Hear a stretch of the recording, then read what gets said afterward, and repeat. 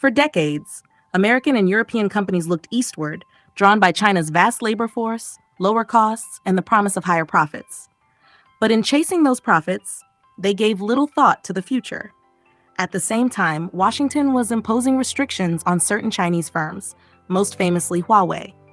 And yet, together, these choices created a path that has led China to stand as America's most formidable challenger in the world of technology.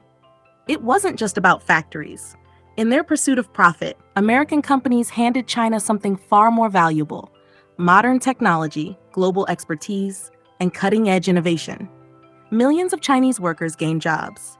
Entire industries were built on a scale that few nations can even imagine. Gradually, China became indispensable, an unshakable link in the global supply chain.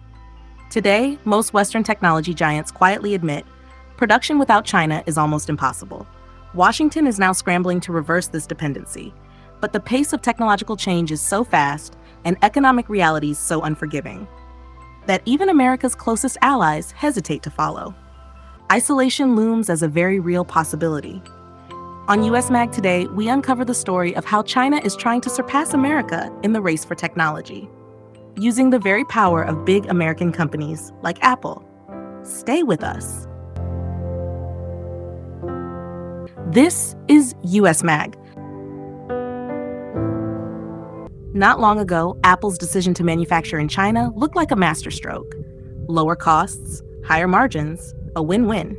But that decision also gave China capital, technology, and skills, the very foundations that turned it into America's fiercest rival. Chinese factories assembled mobile phones, electric vehicles, and countless consumer products for global brands. And in doing so, China gained an industrial strength and human expertise that no country could rival. American firms may have relied on China for cheap labor, but China relied on those very firms to build its technological power. Not by accident, by design. Princeton researcher Kyle Chen puts it simply: companies don't just go to China, make profits, and leave. By doing business there, they are also building China. And it wasn't only Apple, Volkswagen, Bosch, Intel, Samsung. The list goes on. Experts agree, the global center of technology has shifted. Once, America alone held the crown. Today, there is fierce competition in every field. But the real question is, how did China get here? When Apple moved the bulk of its production to China, over 90% of its devices were made there. That meant Chinese factories weren't just building gadgets, they were absorbing skills, know-how, and state-of-the-art manufacturing methods. Step by step, Chinese suppliers began replacing foreign ones in Apple's supply chain. Screens, lenses, camera modules, display units, even chips, piece by piece, China took over. Today, nearly 87% of Apple's suppliers still operate plants in China. More than half are Chinese or Hong Kong companies. Even with attempts at diversification, Apple remains deeply tied to Chinese workers, whose relatively low wages only made the choice more attractive. Some analysts warn, if Beijing chose to, it could halt Apple's production with a single order. But China didn't stop at building for others. It used that foundation to build for itself. It pushed forward with its own smartphones, electric vehicles, and even artificial intelligence models now rivaling the West. Western corporations had given China more than contracts. They gave it engineers, training programs, investment, knowledge. This paved the way for the rise of Huawei, Xiaomi, and BYD. And today, while America still leads in core technologies like advanced semiconductors, China's homegrown companies have already become global competitors. In some fields, they are pulling ahead. The battle for AI supremacy, artificial intelligence has become the sharpest edge of this rivalry. Both nations know whoever leads AI will shape the future.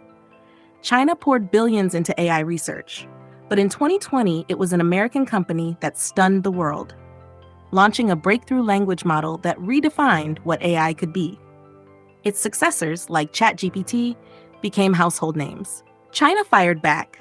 Earlier this year, it unveiled its own AI chatbot, DeepSeek, remarkably similar to ChatGPT, yet built at a fraction of the cost. Washington didn't see it as just progress, but as a wake-up call. Since 2022, Chinese companies have been barred from buying NVIDIA's most advanced processors, the H100 chips essential for training cutting-edge AI. Instead, they were restricted to weaker versions. Yet, against the odds, Chinese engineers still managed to build rival systems. Rumors even suggest they secretly acquired advanced chips in bulk, blending them with downgraded models. In China, the launch of its chatbot was hailed as a patriotic triumph, proof that US dominance could be challenged. America responded by tightening sanctions further, blocking even more advanced chips. But here lies the paradox. In the short term, restrictions slow China's progress. In the long term, they fuel China's determination for self-reliance. Take Huawei. Blacklisted in 2019, cut off from Google's Android and US chips, it had little choice but to innovate. It built its own operating system, its own chipsets. Analysts agree, without US pressure, Huawei might never have evolved so quickly. This is no longer just about technology. It is a battle for national pride, global influence, and the right to define the future of artificial intelligence. China's unique advantages. The US remains a technological superpower, with dynamic markets, unmatched innovation, and abundant resources. But China plays a different game. Economist Kyle Chen explains, in the US, investment chases quick returns. In China, the government commits to long-term strategies, even when the payoff takes decades. Local governments compete fiercely, supporting their own enterprises like contestants in a nationwide tournament. The result? Companies hardened by relentless competition, ready to face global rivals. Another advantage lies in China's sheer scale. Its vast population generates vast data. That data powers research, fuels AI, and accelerates industries. Pharmaceutical trials, for instance, enroll patients at lightning speed. Centralized databases drive oncology research forward faster than many Western firms can manage. And in Shanghai, the future already feels present. AI-driven logistics, a fully cashless economy, advanced tech woven seamlessly into daily life. But with these advantages come risks. Without international cooperation, without shared standards, China could face barriers it cannot overcome. That's why Beijing invests in projects like the Belt and Road Initiative and works to influence global institutions like the United Nations, seeking not just markets, but also the power to shape the very rules of technology. The story is not simply about factories and profits. It is about a world where the balance of power is shifting, where decisions made decades ago now echo across industries, economies, and nations. The question is no longer whether China can rival America, but how far and how fast it will go. If you found this story insightful, don't forget to like this video, share it with others, and subscribe to USMag for more powerful documentaries.